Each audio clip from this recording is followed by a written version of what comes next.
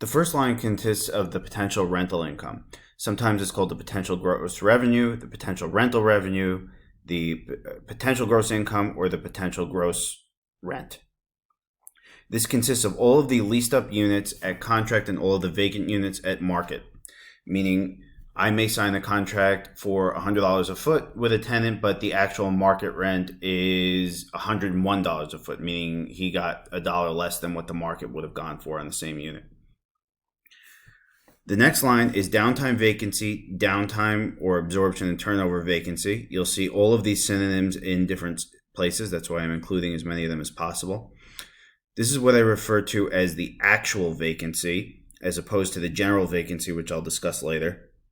It's the dollar amount of lost rent due to vacancy, usually measured in rent per month.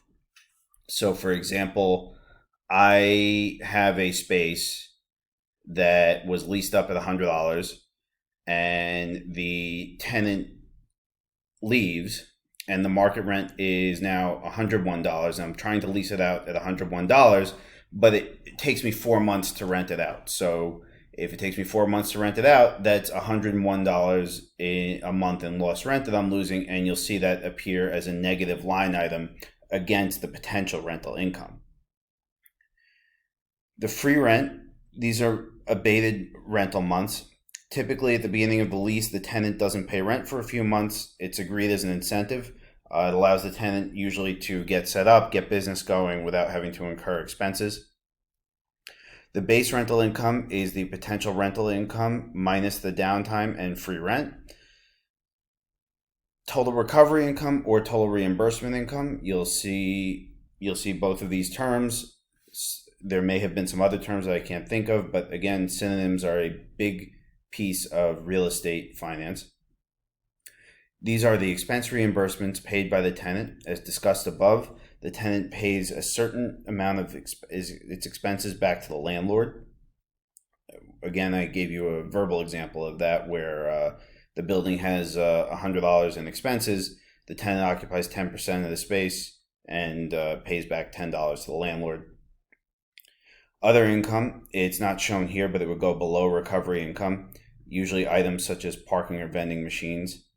The total potential gross income or revenue is the PGI less downtime, free rent, plus the recovery income, plus other income. Vacancy loss and general vacancy is calculated as a percent of potential gross income with some nuance. In Argus, as in other CRE modeling platforms, TPGI is decreased by downtime vacancy, that's total potential gross income, multiplied by the general vacancy, and then grossed up by the downtime again, which means you add the downtime back. Collection loss is any percent of rent that may not be collected. The effective gross income or revenue, similar terminology of potential gross income or revenue, could be effective gross rent, effective gross revenue.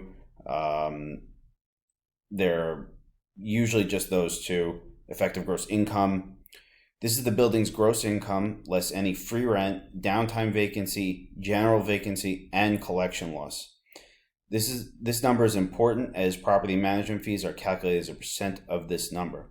Sometimes when you're modeling, the broker that you're modeling for or the bank or whoever, they may want to exclude some of these theoretical numbers because they're not real numbers. If I have a building with 100 units and they're all rented, they might want me not to put in downtime, especially in multifamily. It's rarely used, so they might just say take a general vacancy of 5%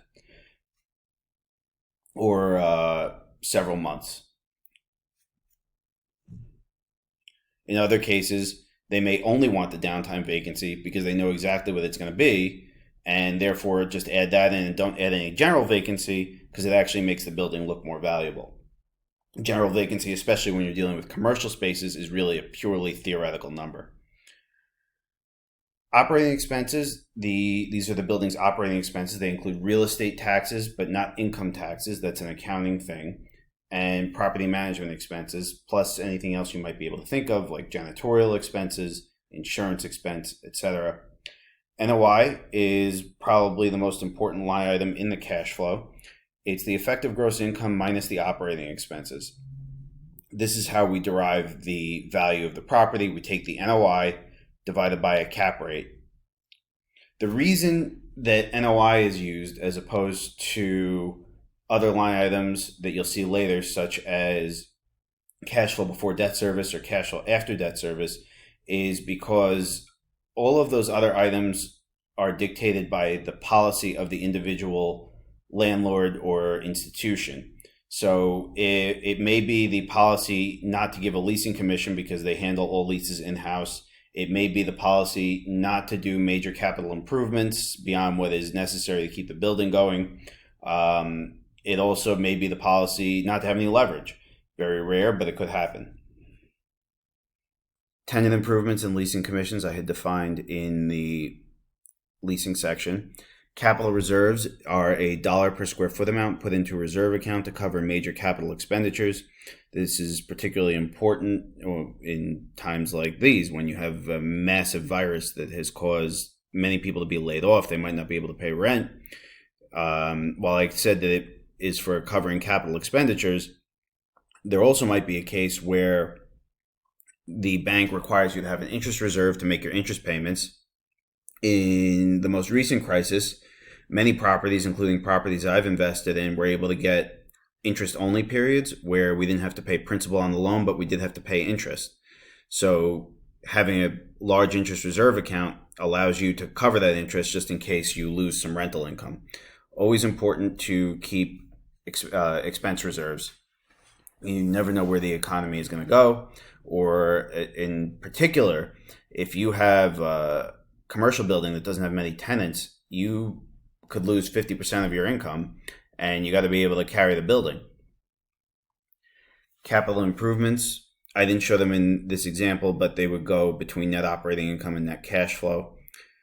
Net cash flow or cash flow before debt service, it's the net operating income minus the capital expenditures and leasing costs, also minus the TIs. TIs are usually some kind of capital expense, just to be clear. But the entire capital expense row is TIs, leasing commissions, capital reserves, and capital improvements. Usually those capital improvements are not billed to the tenant, which is why they go in that row. So for example, I have to reface the parking lot. That is usually on the landlord, resurface the parking lot. It doesn't usually go to the tenant. Acquisition price, purchase price, it's the price paid for the building, and it's generally based on a going-in cap rate.